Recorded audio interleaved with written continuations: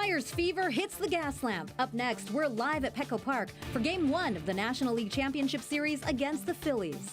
A favorite spot for fans of the Phillies and fans of the Philly cheesesteak.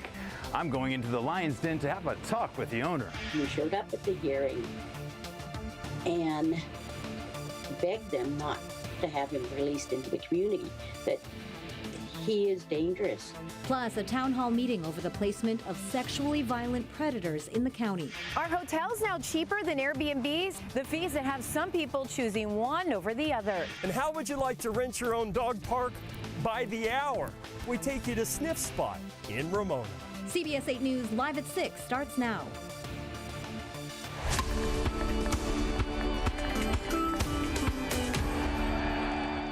Let's go San Diego. We're keeping it clean. Tonight is Game 1 of the National League Championship Series at Petco Park. Good evening, and thank you for joining us. I'm Carlo Cicchetto. I'm Marcella Lee. The Padres are only 4 wins away from their first World Series in a generation. Our Marcus Grief starts us off tonight from Petco Park. Marcus, what do the Padres have to do to win against the Phillies tonight? Yeah, thanks, guys. The biggest thing for me is a couple things. I would say first is the mentality. You got to come in. You still have to have the underdog mentality. That is what got them here in the first place. The fact that they knew that nobody believed in them, but they believed in themselves. I think that is the most important thing. And then after that, you really got to look back at this roster and say, you need guys like Hassan Kim, Trent Grisham, Juan Soto to continue to step up, because when they played the Mets and the Dodgers, all 3 of those guys stepped up big time, not just defensively, but at bat. And I think that's going to be important as well. And then overall, get behind that crowd. You hear the Friar faithful here. These guys are going crazy right now. And listen, I've been sitting over here in the car over there, and I still hear them just screaming, going crazy. I think that's going to be big. Get behind the fans, feed off that energy, and hey, go out and win yourself a game. Pretty straightforward. Let's get it going. Thanks, Marcus. Fans are definitely ready to go for the Padres' first championship series in a generation. They've been lining up outside Petco Park for hours. Down in the gas lamp, we talked to some who started partying at 11 when the bars opened up. We were just the Friar faithful, here to watch our Padres take another win. Phillies, good luck to them. They are going to be shivering of fear. The Padres are just 4 wins away from the World Series, but the fans we talked to say they're just going to focus on it one game at a time, just like the players. Through one game at a time. And it is called eating with the enemy. Padres fans may find it hard to resist a good cheesesteak, but right now it just may be considered a little treasonous. You could be considered a traitor if you eat one. We sent our Brian White to a popular Philly sandwich shop where the cheesesteaks are authentic and Phillies fans feel right at home. I'm here at the Philadelphia Sandwich Company off Miramar Road. Now, I hear this is a safe haven for Phillies fans, so I'm about to go straight into the belly of the beast. I love the Phillies, diehard fan. Phils, let's go! Here in the heart of Phillies fandom, it's all about the Philly sandwich, or is it a sub? I have to correct you. You called it a sub shop. This is a hoagie shop. Back in Philly, we call them hoagies, not subs. I stand corrected. The Philly sandwiches are the best in town. And Philadelphia Phillies gear adorns the walls. The Philly section has, Philly jerseys. This is a throwback Philly jersey here. This hoagie shop is a Phillies fan's home away from home. I love it. Where the cheesesteaks don't disappoint. So good. Oh my God, it's so good. And the Phillies fanfare is second to none. This is Utley. Utley was our shortstop. And if you catch owner Joe Crescenzo between orders. Thank you guys, thanks for coming in. He just may share with you his secret formula for making authentic cheesesteaks. Well, it starts with the roll, which is an Amoroso roll shipped in from Philadelphia. The meat is shipped in from back east, and the cook is from back east. He's from Philly, and that's myself. When it comes to hungry customers, I'm mixing the steak and the onions. Old Joe will feed you, even if you're a Padres fan. We love our Philly fans, but Padre fans, we love feeding you also. And it's obvious who Joe's rooting for. I have to root for my Phillies. But longtime customer Diane Sipe disagrees. Padres all the way. Do you feel like when you come in here, are you eating with the enemy? Sometimes. Joe may be wrong about who's going to win the series, but more importantly, do his cheesesteaks meet the moment? I feel like I'm at home. I feel like it's an authentic Philly cheesesteak out here in San Diego. Best cheesesteak I've had out here so far. Now, as a Padres fan, I refuse to eat this sandwich on camera. But when the camera's off, I mean, I can't root for the Padres on an empty stomach, right? Go Padres.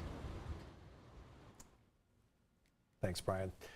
Developing tonight, a local youth soccer coach is facing charges. He's accused of an inappropriate relationship with one of the girls on his team. The former coach with Atlante Football Club in Chula Vista is set to stand trial next week. CBS 8's Rocio de la Fe sat down with the former player with more on what she says happened. It was at the soccer field that former coach Daniel Valdez is accused of grooming and preying on one of his former players.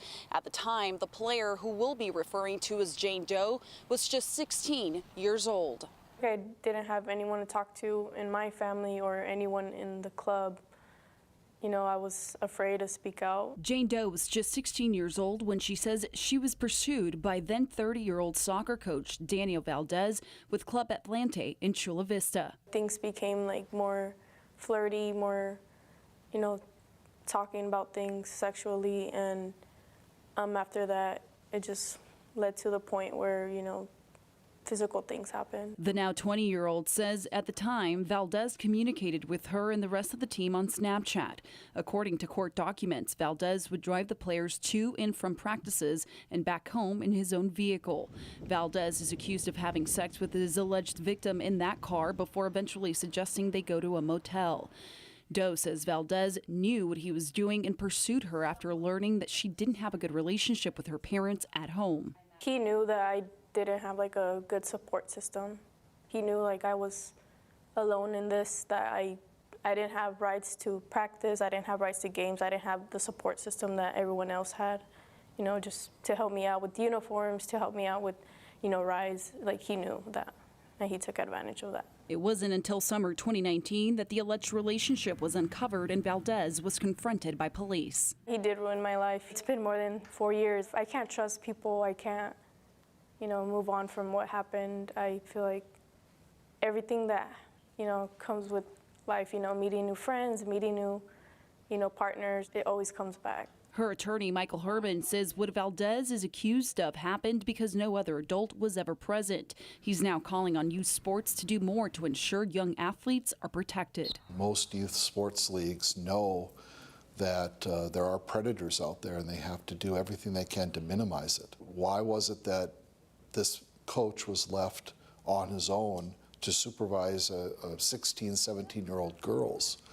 And why was he transporting them in his own private vehicle? Next Monday, Valdez is set to stand trial on 3 felony sex assault charges, including unlawful sexual intercourse with a minor and oral copulation of a person under 18. Rocio de la Fe, CBS 8. Thank you, Rocio.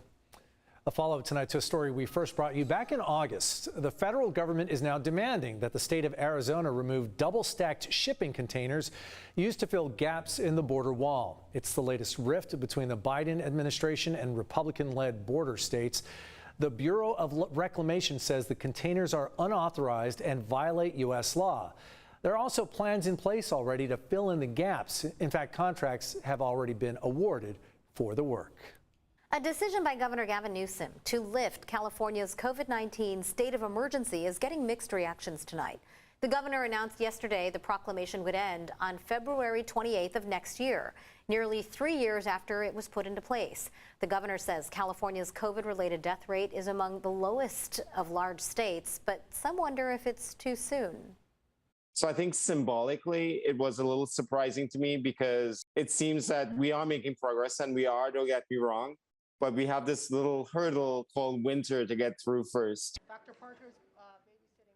According to the CDC, only 4% of Americans have received the new and updated booster, which rolled out in early September.